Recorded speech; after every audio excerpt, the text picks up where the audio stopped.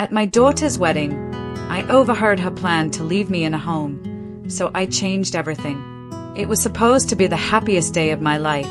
I woke up before sunrise, my heart fluttering with excitement as I stared at the wedding gown hanging by my daughter's window.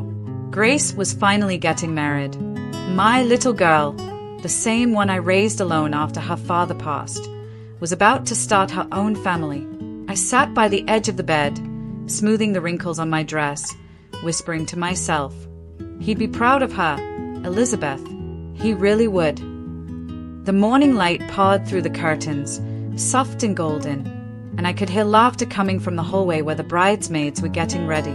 Everything smelled of perfume, fresh flowers, and hairspray. The house was full, yet I felt a quiet peace in my heart. I had done it. I had raised her well. By 8 o'clock, we were already at the church hall, bustling with photographers, makeup artists, and guests in bright colors. Everyone kept telling me how beautiful Grace looked, how young I still appeared, how lucky we both were. I smiled at them, holding back tears of joy, watching her twirl in her white gown. "Mum, is the necklace too much?" she asked, her eyes glowing. "No, darling. You look perfect," I told her, fastening it around her neck with trembling fingers. The same fingers that once buttoned her school uniform every morning, the same fingers that wiped her tears when she scraped her knees. I couldn't believe time had flown this fast. When she turned to admire herself in the mirror, I caught my reflection too, an older woman with silver streaks in her hair and faint lines around her eyes. I smiled at myself. "You did well," I whispered under my breath. The makeup artist asked me to step out for a few minutes while they did final touch-ups. I nodded and quietly walked out of the room, holding a small bouquet of roses. I remember thinking I should call the caterer to confirm the cake's delivery, but then I stopped by the corridor just outside the bridal suite. The door was slightly open. I heard laughter, Grace's laughter, then Daniel's voice, her soon-to-be husband, low and teasing. I smiled at first. Young love, I thought, but the next words I heard froze me completely. "She's going to love the gift we're giving her, right?"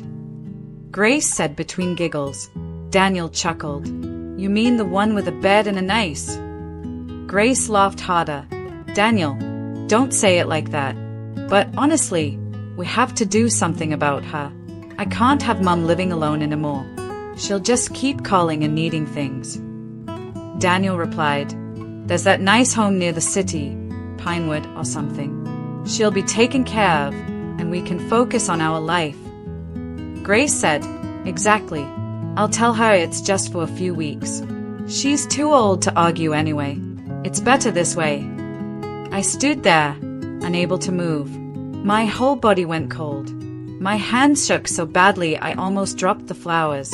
I pressed my back against the wall, heart pounding so loud I thought they might hear it. My daughter, my only child, was laughing about sending me away to a home, a place for the forgotten, a place I had never imagined I'd end up. I couldn't believe the words were real. For a moment, I thought maybe I misunderstood. Maybe she meant something else. But then Daniel said softly, "You're right. She'll just slow us down." Slow them down. My ears rang. My chest ached as if a knife had been pushed into it slowly. I wanted to storm in and shout, "How dare you?" But my voice was gone. Instead, I turned around quietly and walked down the hall, each step heavier than the last. I reached the church's side door and stood there, looking at the garden filled with guests taking pictures. The world looked beautiful and cruel at the same time. I felt like collapsing. My knees trembled, but I forced myself to stand tall. I had promised myself not to cry today, not in front of her, not on her wedding day. So I wiped my eyes, fixed my lipstick, and whispered, "Not now, Elizabeth, not now." When I returned to the hall, everyone was waiting for me. The music had started. Grace stood at the entrance, radiant, holding Daniel's hand. She beamed when she saw me. "Mom, there you are. Ready?" she asked. I nodded. My throat burned, but I smiled anyway. "Always, my dear." As she walked down the aisle, The church erupted in joy. People stood, clapping, some even crying. I sat in the front pew, staring at her. To everyone else, I was a proud mother watching her daughter's big moment. To me, I was a woman sitting in the ashes of her own heart.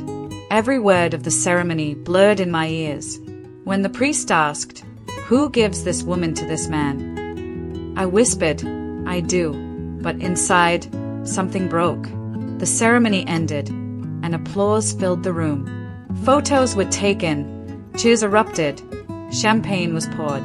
I moved like a ghost through it all, smiling when spoken to, hugging relatives, thanking guests.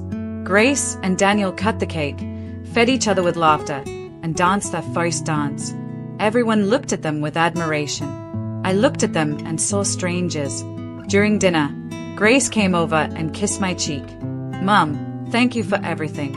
I couldn't have done this without you." Her perfume filled my nose, sweet and expensive, but all I could smell was betrayal. I managed to say, "Of course, my dear. Don't worry about me." She smiled and returned to the dance floor, completely unaware that her words had already changed me forever. At one point, my old friend Ada sat beside me. "Elizabeth, why aren't you dancing?" "You should be proud," she said. I smiled faintly. "Oh, I am," I replied softly.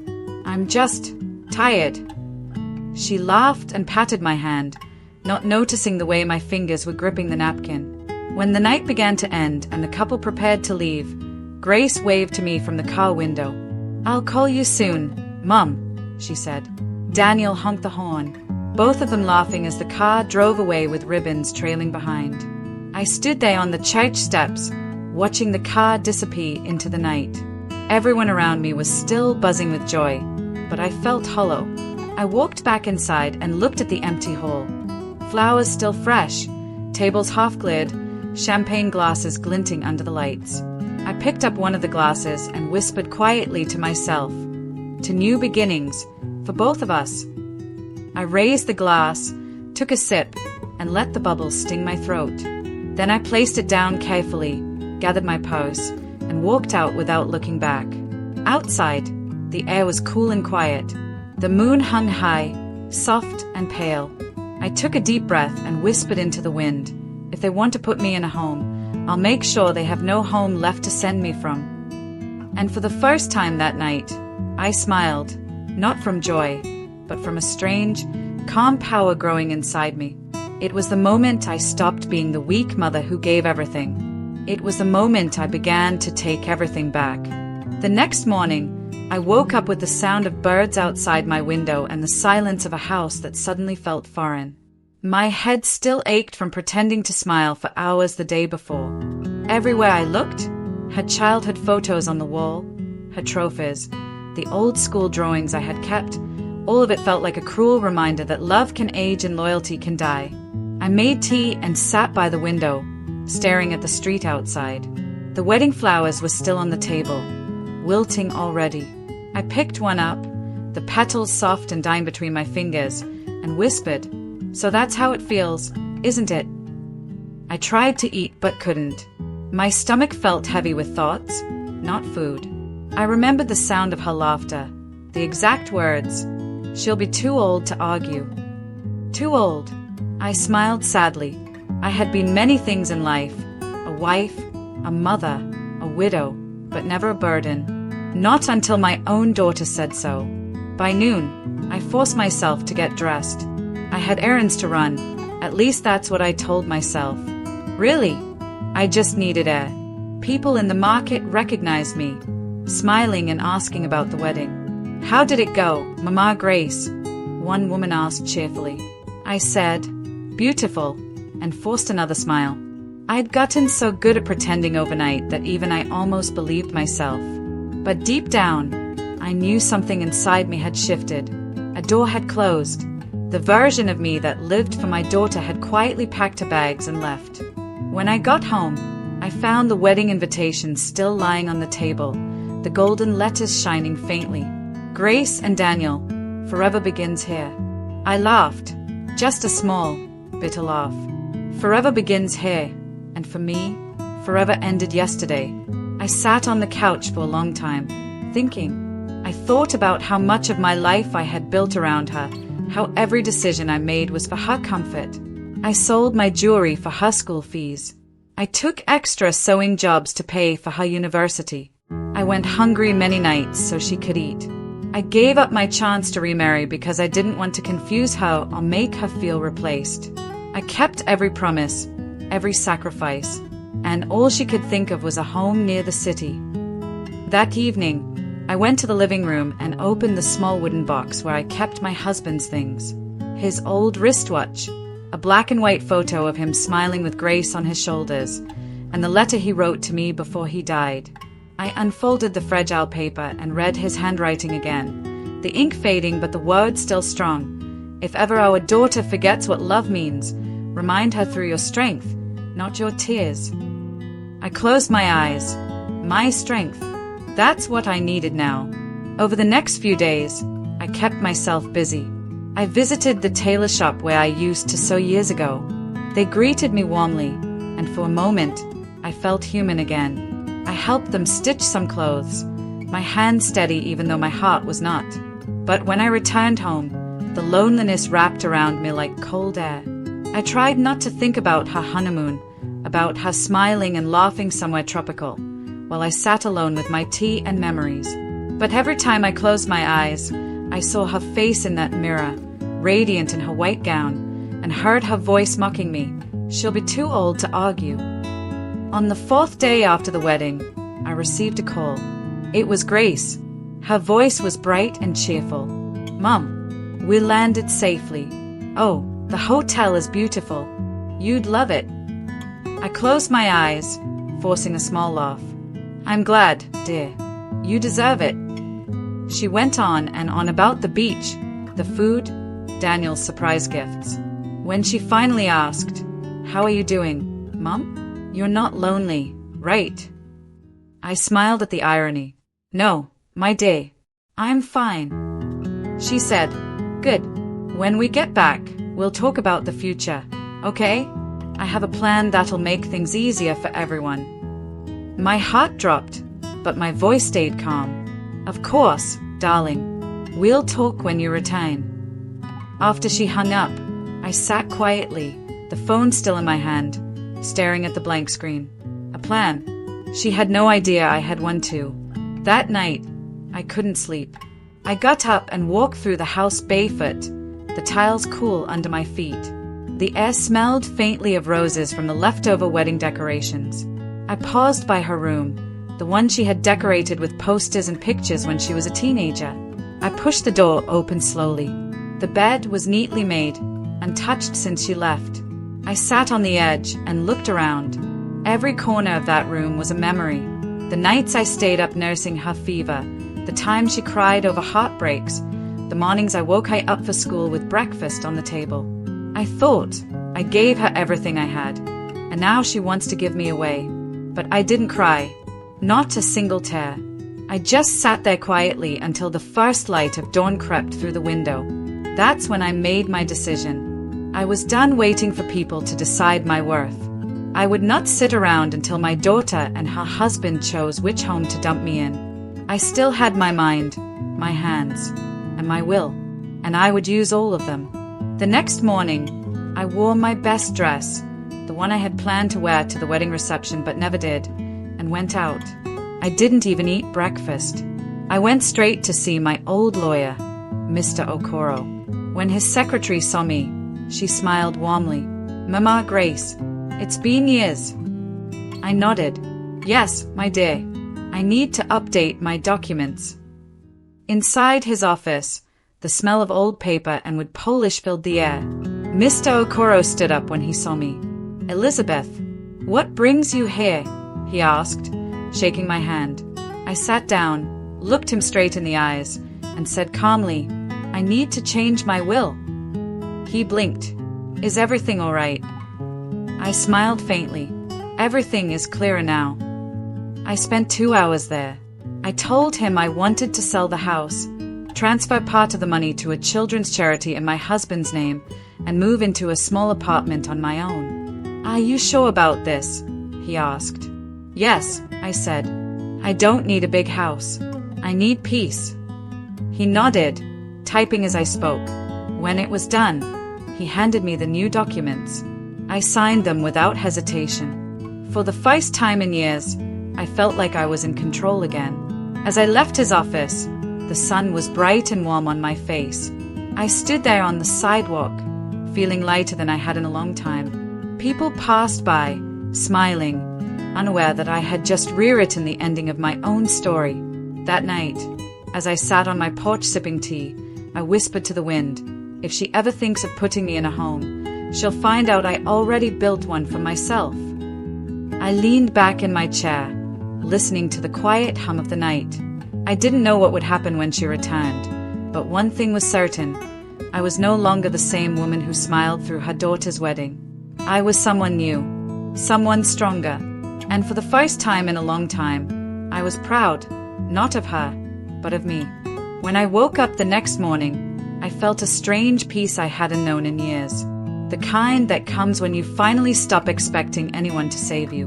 I made myself a cup of tea and sat by the window, the sun spilling across the floor, and thought about what I'd done. The papers were signed, the decision was real. My house, the same home where Grace took her first steps and where my husband took his last breath, was now up for sale. For a long time, that house was my heart, my identity. But now, it was just a building filled with ghosts and fading laughter. Letting go felt like removing a chain I didn't realize I'd been wearing for years. I picked up my phone, scrolled through my contacts, and called the charity I had chosen, the same one that took care of widows and children in need. I told them I wanted to visit. When I got there that afternoon, I saw children running around the dusty compound, laughing, their clothes worn but their smiles bright. A little boy ran up to me and handed me a broken toy car, as if I could fix it. I laughed softly and crouched beside him. I'll try, I said. The caretaker, a kind woman named Ruth, recognized me from years back when I had once donated sewing machines. Mama Grace, you're back, she said warmly. I smiled and told her I wanted to do more. That visit changed something in me. For the first time in a long time, I felt useful again. Not as a mother or widow, but simply as a human being who could still give love. I promised Ruth I'd return the next week with food and books for the children. On my way home, I stopped by a small apartment building I had seen earlier. It was simple, white walls, green plants on the balcony, and quiet neighbors. The caretaker showed me a one-bedroom flat on the second floor. It wasn't fancy, but it had sunlight streaming through the curtains and a view of the park across the road.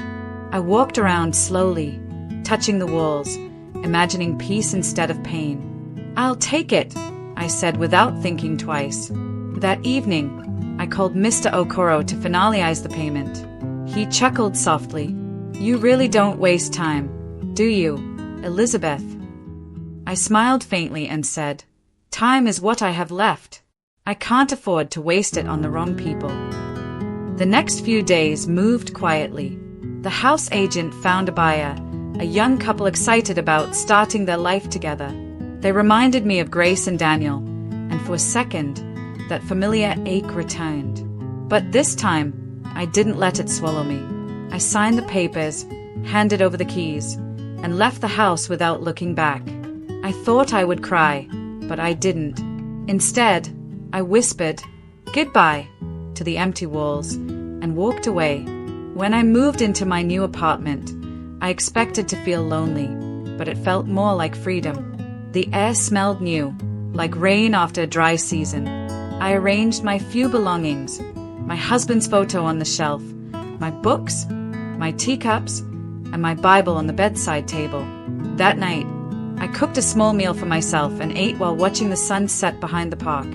It was quiet, peaceful, almost healing. I lay in bed later, listening to the sound of children playing outside, and thought, maybe this is what a home is supposed to feel like, not heavy, not full of debt or duty, but simple and free. A week later, I went back to the charity home, this time with food, clothes, and some of my old books. The children swarmed around me with laughter. One little girl with big brown eyes asked, Grandma, Are you going to come back tomorrow? I smiled and said, as long as you want me to. That day, something healed inside me that Grace had broken. I realized that love didn't die, it just changes shape. It finds new hearts to live in. In the evenings, I began to write in a small journal, something I hadn't done in years. I wrote about my life, my regrets, and the lesson I was still learning, to love without losing yourself. Sometimes I wondered what Grace was doing, whether she thought of me, but I didn't call her. I didn't want to hear her voice filled with lies or guilt. I just wanted peace. Then one morning, as I was sweeping the front porch of my new apartment, my phone rang. It was an unknown number. I answered, and a woman's voice said, "Hello, this is from Pinewood Elder Care Center. Are you Mrs. Elizabeth?" I froze. My fingers tightened around the broom. "Yes," I said slowly. "Why are you calling me?" The woman sounded polite but confused. "Your daughter, Mrs. Grace Daniels, called earlier to book a room for you. We wanted to confirm your arrival date." For a moment, I couldn't speak. My chest felt like it was collapsing. "My arrival date?" I whispered. The woman continued, "Yes. She said you'd be moving in next month after they return from their trip. Should we hold the reservation?" I closed my eyes and took a deep breath. "No," I said calmly. "Cancel it." Then I hung up. I stood there for a long time, staring at the broom in my hand. So, she really meant it. It wasn't a joke. It wasn't a passing comment or misunderstanding. My daughter, the one I gave my life to, was still planning to lock me away like some old furniture. But instead of crying, I laughed softly, a small, bitter laugh that surprised even me. "You're too late, Grace," I said under my breath. "You can't send me somewhere I've already left." That evening, I took a walk through the park, watching the children chase each other around. The air was cool, and the streetlights flickered on one by one. I thought about Grace's childhood, how she used to run just like that, her laughter echoing across the yard. I remembered how she used to say, "Mummy, I'll take care of you when I grow up." I smiled sadly. "I guess promises fade like flowers," I murmured. But even as I said it, I felt no anger, only acceptance. That night, I made a quiet vow to myself. I wouldn't let bitterness be my story. I had already rewritten my ending, and I would live it with dignity. I wrote in my journal before bed, some people will call it betrayal. I call it awakening. They planned to place me in a home, but I found one of my own, and in it, I finally found peace. Before I turned off the light, I looked at my husband's photo again. His eyes seemed to smile back at me through the frame. "I think you'd be proud," I whispered. I lay down, the night quiet around me, and drifted off to sleep feeling lighter than I had in years. I didn't know that in just a few days, Grace and Daniel would return, and that peace I had built would soon be tested. But for now, I rested in the calm of my decision, ready for whatever storm might come next. The knock on my door came early one morning, sharp and impatient. I was still tying my wrapper when I opened it, and there they stood, Grace and Daniel, both wearing fake smiles that didn't reach their eyes. "Mom!" Grace exclaimed, stretching out her arms as if we hadn't spoken in months. I stepped aside quietly and let them in. They looked around my small apartment, the confusion on their faces clear. Grace frowned. "Mom, what is this? Where's the house? Why are you here?" I walked past her calmly and poured myself some tea before answering. "I sold it." Her mouth fell open. "You what?" she stammered. Daniel blinked and forced a laugh. "You're joking, right?" I shook my head slowly, sipping the tea. "No, I'm not. The house wasn't a home anymore. I decided to move." Grace's voice rose. "Without telling me, that was our house." I turned to face her, keeping my tone calm. "No, Grace, it was mine. Every wall, every brick, every memory in that house came from my sweat, not yours." She blinked rapidly, clearly caught off guard by my firmness. Daniel tried to speak. "Mum, Maybe you should have discussed. I cut him off, my eyes steady on his. Don't call me Mum. You don't get to use that word when you plan to lock me away. The silence that followed was heavy. Grace's face turned pale. What are you talking about? She asked quietly, but her eyes darted nervously toward Daniel. I smiled faintly. You know exactly what I'm talking about, Grace. The care home near the city. Pinewood, isn't it? Her lips trembled. Mum, you weren't supposed to hear that. But I did, I said, setting down my cup. I heard everything. You said I'd be too old to argue, that I'd slow you down. You laughed while planning to throw me away like an old shoe. So yes, I sold the house, changed my will, and moved. That way, you won't have to worry about me slowing you down. Grace burst into tears. It wasn't like that, Mum. I swear, we were just talking. We didn't mean it. Her voice cracked, but I could tell the guilt wasn't from love. It was from being caught. Daniel stepped forward, trying to salvage the situation. She didn't mean it, Elizabeth. You know how stressful wedding planning can be. People say things. I looked at him sharply. I was a bride once too, Daniel. I never said I'd throw my mother into a home. Stress doesn't create cruelty, it reveals it. He went quiet. Grace sank onto the couch, covering her face with her hands. You've misunderstood everything, she said weakly. I sighed. Then tell me, Grace, what part did I misunderstand? Was it when you said you can't have me around when you start your life? Or when you laughed and called me too old to argue? She sobbed harder, shaking her head, but she had no answer. I sat across from her, studying her the way a stranger studies someone they once knew. You know, I said softly, when you were little, you used to say you'd take care of me when I got old. You'd hold my face and say, Mummy, I'll buy you a big house with flowers. I believed you, every word. I didn't know that house would come with locked doors and nurses. Grace lifted her head, her mascara smudged. Please stop. You're making it sound worse than it is. I smiled sadly. My dear, there's no pretty way to describe betrayal. Daniel cleared his throat, trying to shift the tone. So what now? You've sold the house. You're living here. What's your plan? You can't live alone forever. I turned to him, my voice steady. That's my choice, not yours. I have friends. I have peace. And I have something you both seem to have lost, self-respect. Grace looked at me helplessly. So this is it? You're just going to cut us off? I looked at her gently but firmly. You cut me off first, Grace. You did it the day you planned my disappearance. I stood up then, feeling the strength of my decision settle over me like armor.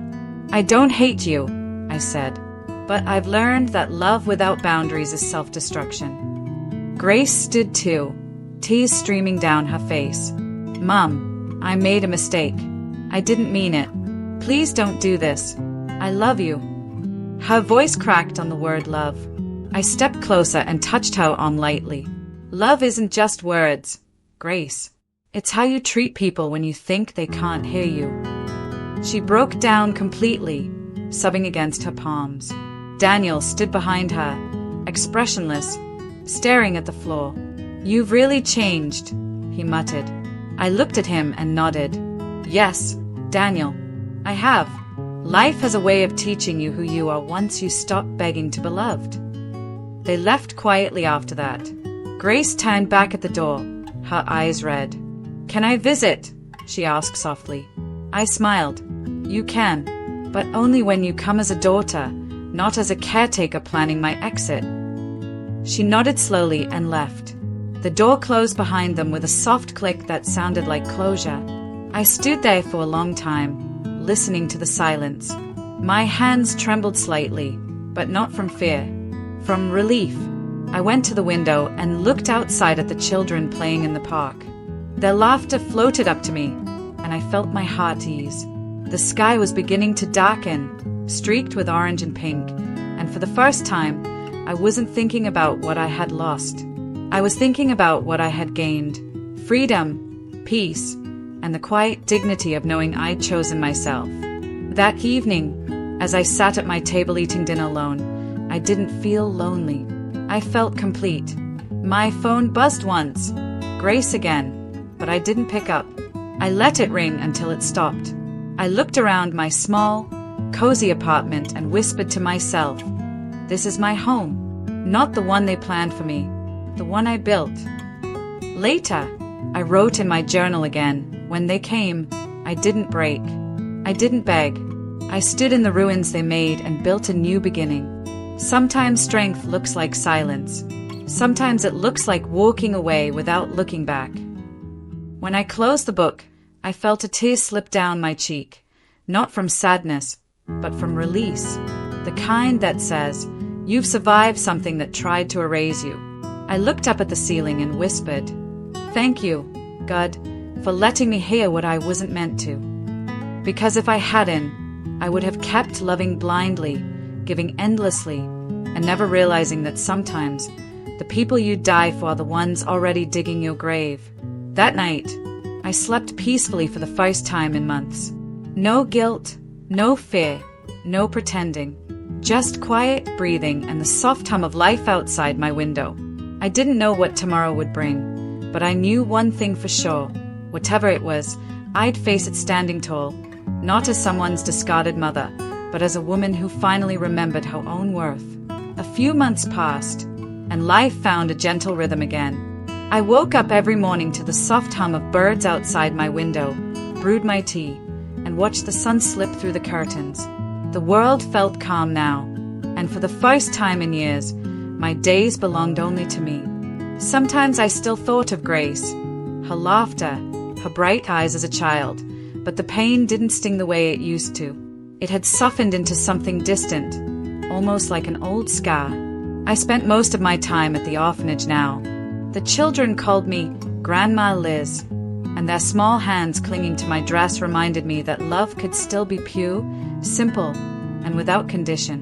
One afternoon, as I sat on the porch reading stories to the kids, Ruth, the caretaker, came over with a warm smile. "Mama Liz, these children have changed since you started coming. They are calmer, happier," she said. I smiled and looked at the kids chasing each other barefoot in the sand.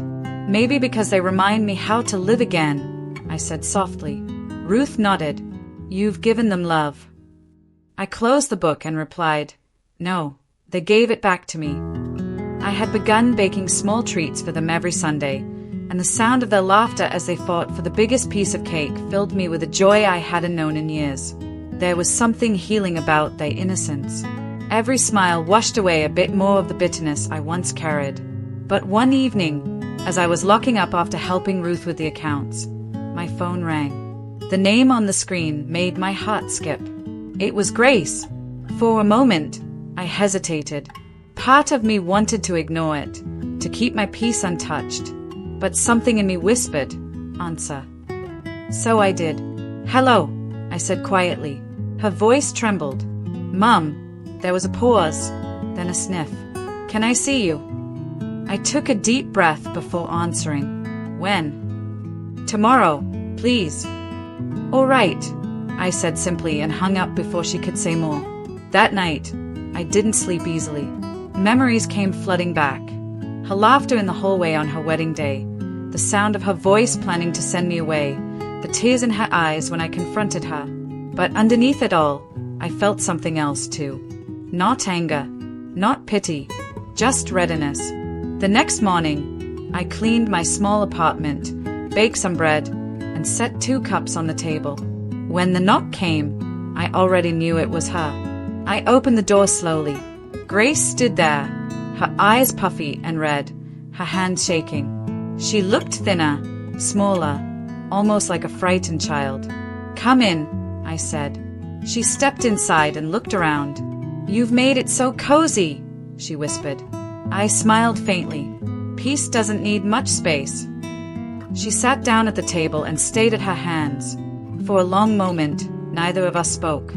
Then she looked up, her eyes filling with tears again. "Mom, I'm so sorry." Her voice cracked as she spoke. I don't even know what I was thinking. I was stupid. I was selfish. I just wanted my life to be easy, and I forgot you're the reason I even have a life. I watched her quietly, her words spilling like water from a broken pipe. After that day, I couldn't sleep. I kept hearing your voice, your calmness. It made me realize how cruel I was. Daniel and we're not together anymore. He said I've changed, but he was right. I did. I started seeing what kind of person I'd become. I didn't say a word. I just poured tea for both of us. She wiped her eyes and whispered, "Mum, I came to ask if you could forgive me." I looked at her for a long time before answering. "Grace, forgiveness isn't something you beg for once. It's something you earn every day. But I don't hate you. I never did."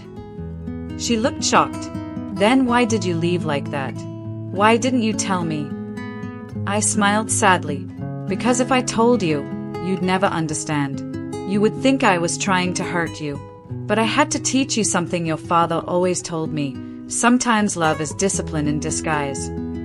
She covered her mouth as tears rolled down her cheeks. "I don't deserve your kindness," she said. I reached across the table and took her trembling hand.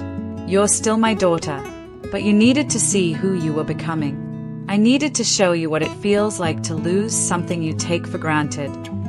We sat in silence after that. The air was thick with things words couldn't fix. Then I stood and handed her a small piece of paper. "What's this?" she asked. "The address of the charity," I said. "Come with me tomorrow. See what love looks like when it has nothing to gain." She nodded, holding the paper tightly like it was a lifeline. The next day, she came. She helped the children read, served food, and sat on the floor laughing with them. I watched her quietly from across the yard. Her eyes softened again, her smile became genuine, and I saw a glimpse of the little girl I once knew, the one who used to hug me tightly and whisper, "Mummy, I'll make you proud." When we walked home that evening, she slipped her arm through mine. "Mum," she said softly, "those children made me feel something I haven't felt in a long time." "What's that?" I asked. "Gratitude," she said. I smiled. "Good. Maybe that's where healing begins." Over the next few weeks, Grace kept coming. She volunteered every Saturday, sometimes bringing toys, sometimes just bringing herself. Slowly, the wall between us began to crumble. She started to visit me more often too, sometimes to help cook, other times just to talk. We didn't mention the past much. It hung between us silently, but not painfully anymore. One afternoon, as we sat watching the sunset from my small balcony, she turned to me and said, "Mom, I sold my car. I'm donating the money to the orphanage." I looked at her, surprised. "That's a big decision." She smiled faintly. "You taught me something, Mom. Love isn't about comfort. It's about purpose." I felt a warmth spread through my chest, and for the first time since that terrible day, I pulled her close and hugged her tightly. "You've grown," I whispered. "Maybe I needed to fall first," she said against my shoulder. Months later, she moved closer to me, not out of guilt, but out of love. We began to rebuild what we'd lost, not as the perfect mother and daughter we once pretended to be, but as two women who had finally learned to understand each other. One evening, as we walked home from the charity, Grace looked at me and said, "Mom, you know what's funny? I used to think you were weak because you never shouted, never fought back. But now I know your silence was strength." I smiled. "Loud people break things, Grace. Quiet people build." She laughed softly, squeezing my hand. "You really changed everything, didn't you?" I looked at her and nodded. "I did, but not out of anger, out of love." When I got home that night, I wrote my final note in the journal. They planned to leave me in a home. Instead, I built one filled with love. Forgiveness isn't forgetting, it's teaching without hate. I closed the book, placed it beside my husband's photo, and whispered, "We did it, my love." She found her way back.